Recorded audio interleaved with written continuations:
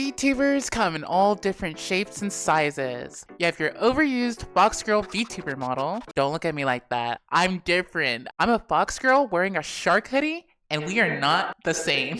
I'm actually kind of curious to see how many Fox VTubers there are. Dude, what the fuck? It just never fucking ends. I just keep scrolling and scrolling. What the? Oh my god. You know what, at this point, I think I'm just gonna change my name. Let's see, generic Fox VTuber number 1840. There we go, perfect. And then you have your big booba succubus lady who wants to suck you and your wallet completely dry with her ASMR streams. Regardless of who you watch, you're gonna be watching someone who's either using a 2D model, and no, I'm not talking about this literal notebook paper VTuber. That's me. Ooh, ooh, ooh, ooh, ooh, ooh, ooh. That's me. That's me. That's me. Ooh, ooh. That's me. That's me. That's me. That's me. That's me. They're talking about me.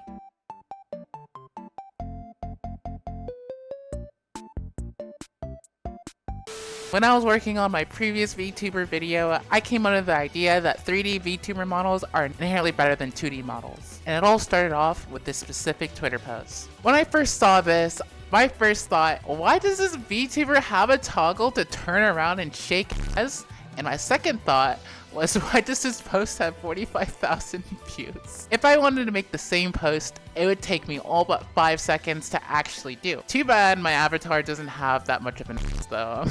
I didn't actually have to take time to draw and rig that entire model as well. In my head, I could not fathom why people didn't want a chance to move around in a 3D space to create content that's just not possible to do when you're limited to what your model can express in a 2D space. I don't have to pay people to rig a new pose for me just for a single Twitter post. That being said, when I decided to use one of my 2 remaining dopamine fried brain cells doom scrolling on Twitter, I happened to stumble across the true power and potential of live 2D models.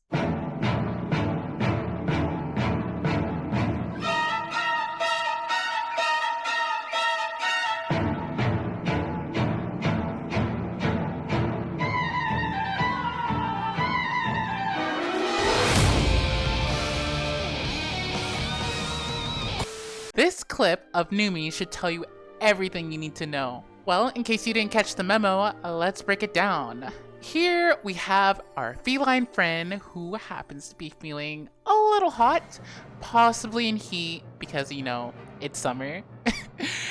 The artist and rigger actually tailored this specific pose to exaggerate the cuteness to an extent that can't really be replicated to the smoothness and real-time execution of 3D models. While yes, you could rig a 3D model to achieve this effect, you lose out on some of the minute details that hand-drawn models have. This makes 3D models essentially a jack of all trades, but a master of none.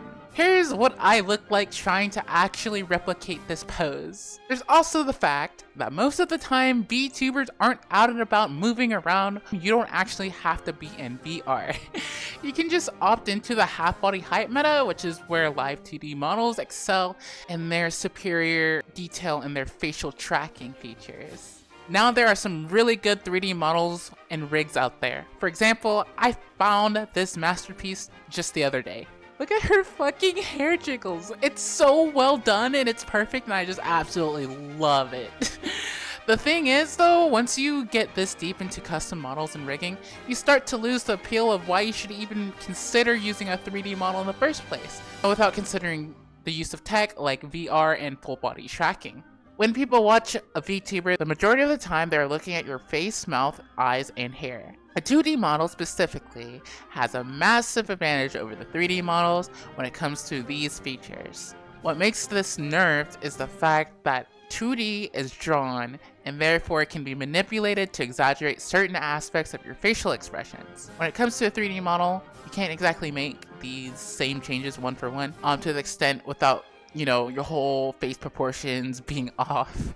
I'm not saying that 3D models can't be expressive. Models combined with certain face tracking expressions and physical action can create an experience that not even 2D models can replicate. There is also a whole marketplace for well done VTuber models out there on Booth that can make creating your own VTuber model possible without having to drop loads of cash on riggers and artists. The cherry on top is that the Japanese yen is a little bit in the right now, so it's cheaper than ever to actually make your own model using Booth. So yeah, there are pros and cons to both 2D and 3D VTuber models, and which one you choose depends on a number of factors, like what kind of content do you plan on making with it, and how much money are you willing to spend.